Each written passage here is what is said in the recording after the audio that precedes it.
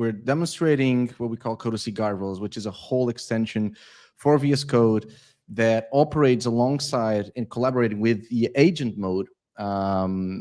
Amazing feature from VS Code, so that every single code generation is secure and safe and follows our rules. So let's start with a very simple example. Create a simple, lightweight Java server using Undertow.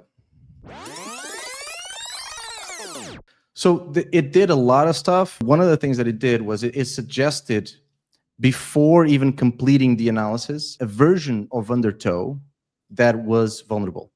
But because we gave the capability to agent mode to check for vulnerabilities, it identified the issue and immediately fixed it, even before it finished, right? And even checked if the issue was fixed. And so what we do essentially is, from the moment we do a prompt, we are giving the agent ability to see vulnerabilities for themselves without us even having to worry too much, right? And so it's done, it's ready to go, and it's without any vulnerabilities, which is great.